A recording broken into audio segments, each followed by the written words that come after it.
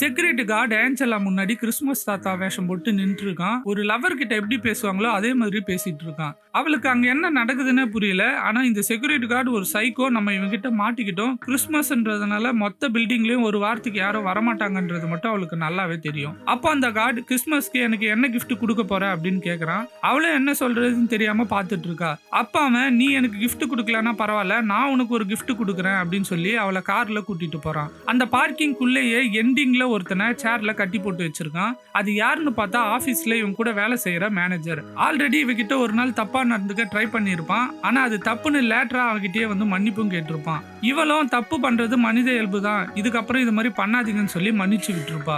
இப்போ அவனை தான் இந்த சைக்கோ கட்டி வச்சிருக்கான். அவரை பார்த்ததை ஏஞ்சலா கேக்குறாங்க, எதுக்கு இவரை கட்டி வச்சிருக்கேன்னு. உடனே அந்த கார்டு, இவன் உங்ககிட்ட தப்பா நடந்துக்க ட்ரை பண்ணது எனக்கு தெரியும், இவனை கொன்னுடலாம் அப்படின்னு சொல்றான். உடனே ஏஞ்சலா, அவரை நான் எப்போ மன்னிச்சு விட்டேன், அவரை விடுன்னு சொல்றா. ஆனா அந்த சைக்கோ அந்த மேனேஜரை துடிக்க துடிக்க கொலை பண்றான். அப்போ ஏஞ்சலா அங்கிருந்து ஓடி போயிடுறாங்க. ஆனா அவங்களுக்கு அந்த பில்டிங்கை விட்டு வெளில போக முடியல, ஏன்னா எல்லா டோரும் க்ளோஸ் ஆகிருக்கு. அவங்களோட போன்ல எங்கேயாவது சிக்னல் கிடைக்குமான்னு பார்த்துட்டே இருக்காங்க. அப்போ ஷட்டருக்கு வெளில சிக்னல் கிடைக்குது. இவங்க உள்ள இருந்தே கையை வெளில நீட்டி போலீஸ்க்கு போன் பண்றாங்க. அப்போ போன் கீழே விழுந்துடுது. போலீஸ்க்கு போன் ரீச் ஆகி அந்த சைட்ல போலீஸ் பேசிட்டு இருக்காங்க. ஆனா இவங்க ஷட்டருக்குள்ள இருந்து பொறுமையா பேசுறதுனால அவங்களுக்கு கேட்கல. அதுக்குள்ள சைக்கோ அங்க வந்துடுறான்.